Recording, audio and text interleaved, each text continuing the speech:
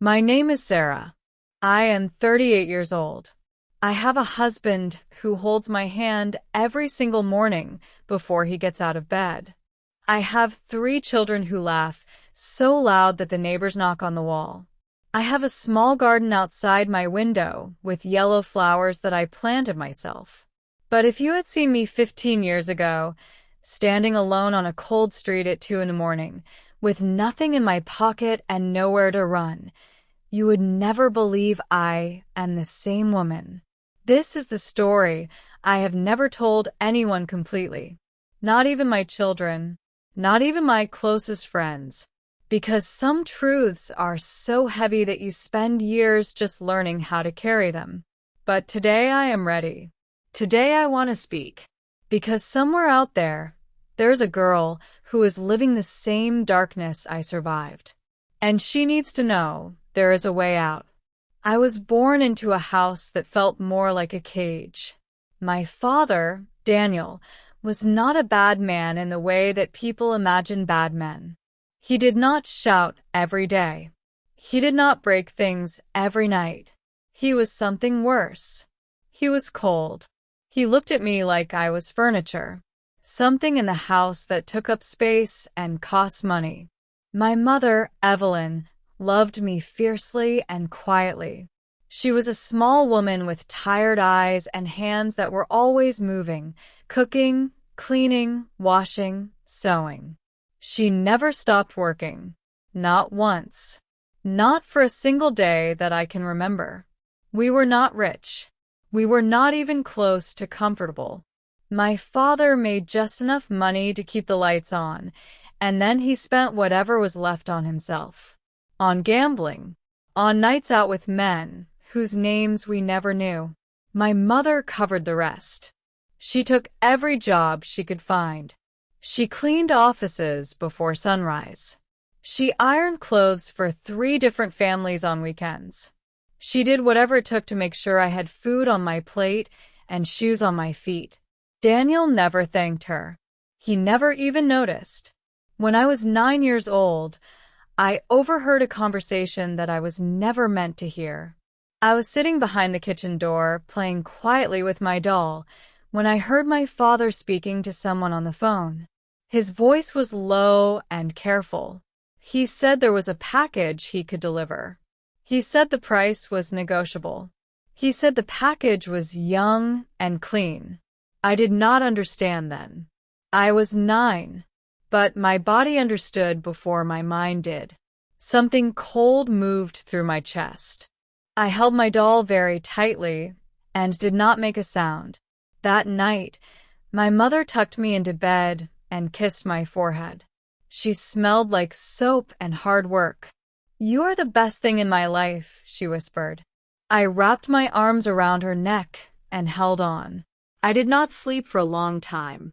The years moved slowly. I grew up. I stayed quiet. I learned how to disappear inside a room so that my father would not notice me. But Daniel always found something. A bad grade. A torn dress. A meal that was too cold. Any excuse to remind me that I was a burden. That I had no value. That I was, in his words, a problem he had never asked for. My mother never argued with him. She absorbed everything. Every insult. Every cold silence. Every cruel word. She absorbed it all, and still woke up the next morning and made breakfast, and went to work and came home and made dinner. She was the strongest person I have ever known, and she never once called herself strong. When I was 17, everything changed. I came home from school one afternoon to find my mother sitting at the kitchen table, completely still. No cooking. No movement. Just sitting. Her face was gray. There was a letter on the table. The letter was from a doctor. My mother had been diagnosed with a serious kidney condition. She needed treatment immediately. She needed medication every day. She needed monitoring. She needed rest, the one thing she had never once allowed herself. The cost was impossible. I sat across from her and held her hands.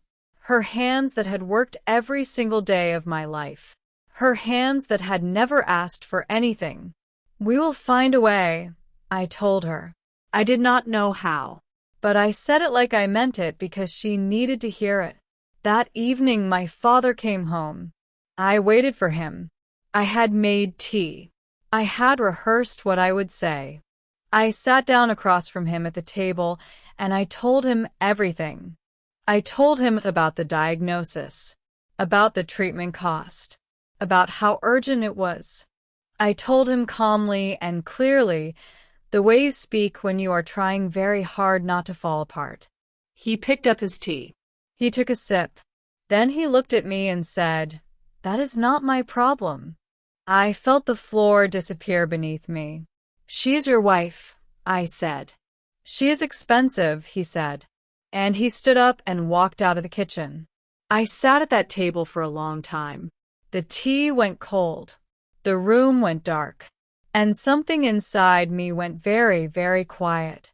3 days later, my father came to me with a plan. He said he knew a way to get the money fast. He said there were men, businessmen he called them, who paid well for company. He said if I agreed, he would use the money for my mother's treatment. He said it like it was simple. He said it like he was offering me a job. I looked at my father, the man who was supposed to protect me, the man who was supposed to stand between me and the world. And I saw nothing in his eyes. No shame, no hesitation, nothing. I said nothing that night. I went to my room. I sat on my bed in the dark. And then I thought about my mother's hands. I thought about every morning she had woken up before the sun. Every meal she had made from almost nothing. Every night she had stayed awake, working, so I could sleep without worry. I thought about the way she kissed my forehead, about the way she said you are the best thing in my life. I could not let her die. I could not. I made the worst decision of my life with the purest heart a person can have. The next months were the darkest of my life. I will not describe everything. Some things, once spoken, cannot be unspoken. What I will say is this: I moved through those months like a ghost. I went where my father sent me. I came home with money. I handed half to my father. I handed the other half to the hospital. My mother got her medication. Her color slowly came back. Her hands started moving again. I smiled every time I saw her. I smiled and I died a little more inside. I told myself it was temporary. I told myself there would be an end. But the truth about that kind of darkness is that it does not come with a door you can see. You are inside it before you understand what it is. And once you are inside, the walls look exactly like the outside world. One night, my father sent me to a hotel on the other side of the city. He said the man was wealthy. He said the payment would be very large. He said to be on time. I took the elevator to the 14th floor. I knocked on the door. The man who opened it was not what I expected. He was perhaps 45 years old. Calm face. Neat clothes. He looked at me and stepped aside to let me in. The room was quiet. Clean. There were no bottles on the table. No music playing. Just a lamp, 2 chairs, and a small tray with 2 cups of tea. "Sit down," he said. Not unkindly. "Are you hungry?" I did not answer. I was waiting for what always came next. He sat down across from me. He put an envelope on the table. "That is for your mother's treatment," he said. "All of it. You do not owe me anything for it." I stared at him. "My name is James," he said. "And I need to tell you something. Something you are not going to want to hear, but something you need to know." He reached into his jacket and placed something on the table between us. A police badge. My heart stopped. "Sara," he said quietly, "I am a detective. I have been building a case against your father for 8 months. What he is doing is a serious crime. What he did to you is a serious crime. And I need your help to stop him." The room was completely silent. I looked at the badge. I looked at his face. I had learned, in those months, how to read men's faces. How to know when someone was performing and when they were real. James was real. "He will find out," I said. My voice was barely a sound. "If I talk to you, he will find out." "Not if we do this correctly," James said. "And I promise you, I have done this before. I know how to keep you safe." I picked up the cup of tea. My hands were shaking. "How long have you known about me?" I asked. "Long enough," he said. "Too long. I am sorry it took this long." I set the cup down. I looked at the window. Outside, the city was lit up. Millions of people living their ordinary lives, completely unaware of what was happening in this hotel room on the 14th floor. "What do you need from me?" I asked. "Your story," he said. "Everything. From the beginning." I took a breath, and I told him. What happened next moved faster than I could follow. My father was arrested 6 weeks later. The evidence was overwhelming. He did not fight it. He sat in the courtroom looking at the floor, and I sat in the gallery looking at him, and for the first time in my life, I was not afraid of him. He looked small. He looked exactly like what he was, a man who had chosen cruelty at every opportunity and was now sitting inside the consequences of that choice. He went to prison. My mother never found out the full truth. I made that choice deliberately. She was sick. She was recovering. She had already survived too much. I told her there had been a legal matter involving my father's financial crimes. She accepted it. She squeezed my hand and said, "We are free now." And we were. But James did not disappear after the arrest. He called to check on me. He found me a counselor, a woman named Dr. Priya, who was quiet and patient and never once made me feel broken for what I had survived. He helped me apply to university. He wrote a letter in support of my application. He showed up on the day I was accepted with flowers and a cake, like he had already known I would get in.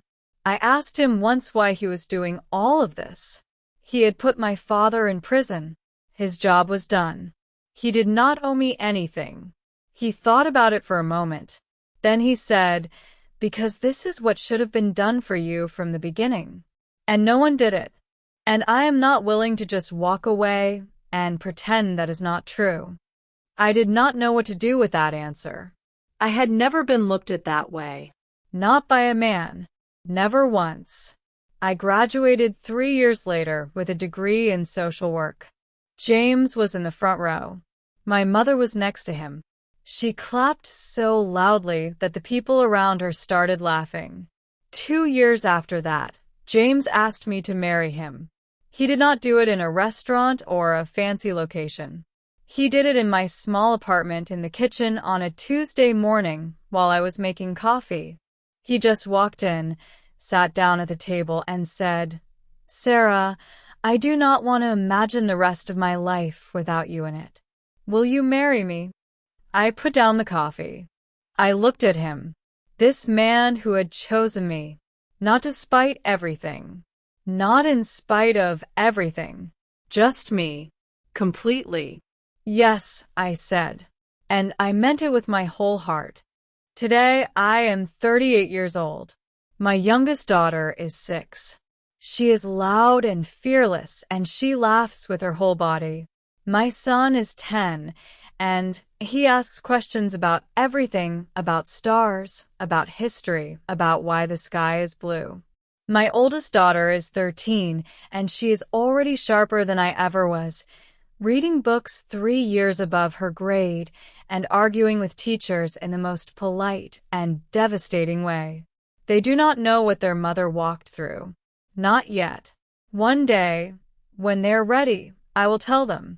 Not to make them sad, but to show them what a human being can survive. To show them that darkness is not the end of the story, that the story keeps going, that you keep going. My mother is better.